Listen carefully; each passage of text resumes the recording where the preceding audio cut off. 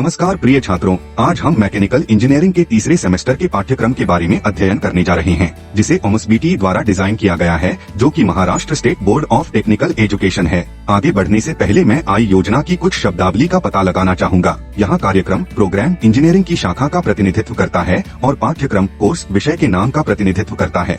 तो भ्रमित न हो, चलो आगे बढ़ते हैं। मूल रूप से डिप्लोमा कोर्स 6 सेमेस्टर का होता है, जो 3 साल का होता है, जिसका मतलब है कि प्रत्येक वर्ष में 2 सेमेस्टर होते हैं। प्रत्येक सेमेस्टर की अवधि 16 सप्ताह की होती है। मी 3I में हम strength of materials, basic electrical और electronics engineering, thermal engineering, mechanical working drawing, engineering metrology और मैकेनिकल इंजीनियरिंग मटेरियल्स के नाम से 6 अलग अलग विषयों का अध्ययन करने जा रहे हैं।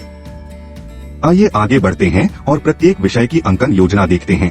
आइए स्ट्रेंथ ऑफ मटेरियल्स का एक उदाहरण लें। इस विषय में 3 घंटे का व्याख्यान, 2 घंटे का ट्यूटोरियल और 2 घंटे का प्रैक्टिकल है। इस प्रकार प्रत्येक सप्ताह में SOM के लिए कुल 7 घंटे का भार होगा। अब आगे बढ़े परीक्षा योजना की ओर। यहाँ परीक्षा योजना को 2 अलग अलग वर्गों में विभाजित किया गया है, जो कि सिद्धांत खंड और व्यावहारिक खंड है।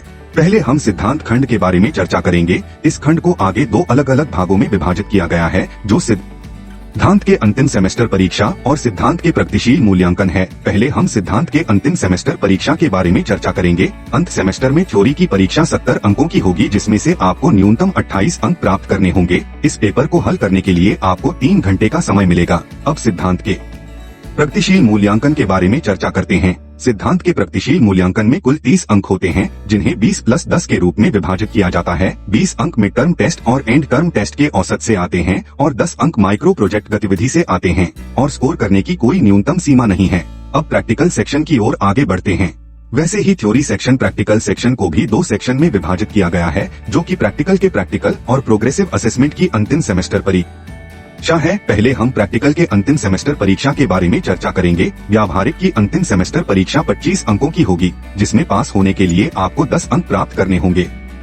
अब यहाँ यह विशिष्ट संक्षिप्त नाम है, जिसे आमतौर पर दर के रूप में जाना जाता है। व्यावहारिक परीक्षा के मोड का प्रतिनिधित्व करता है, जिसका अर्थ है कि यदि आप दर संक्षिप्त नाम देखते हैं तो इसका मतलब है कि इस परीक्षा में आंतरिक मूल्यांकन होगा, जबकि यदि आपको हैश संक्षिप्त नाम मिलता है जो बाहरी मूल्यांकन का प्रतिनिधित्व करता है, जिसका अर्थ है बाहरी परीक्षक अलग अलग कॉलेज से आएंगे और वह प्रैक्टिकल परीक्षा आयोजित करेंगे। अब प्रैक्टिकल के प्रगतिशील मूल्यांकन की ओर बढ़ते हैं।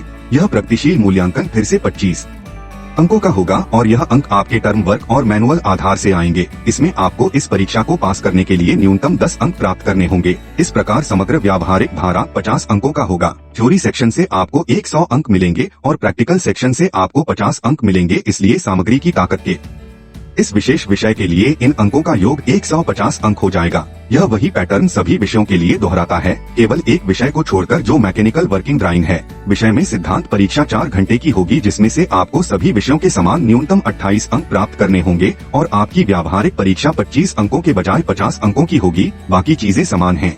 आशा है कि आप इस पैटर्न और अंकन योजना को समझ गए होंगे, जिसे OMSBT द्वारा डिजाइन किया जा रहा है और प्रत्येक संबद्ध कॉलेज द्वारा इसका पालन किया जा रहा है। शुक्रिया।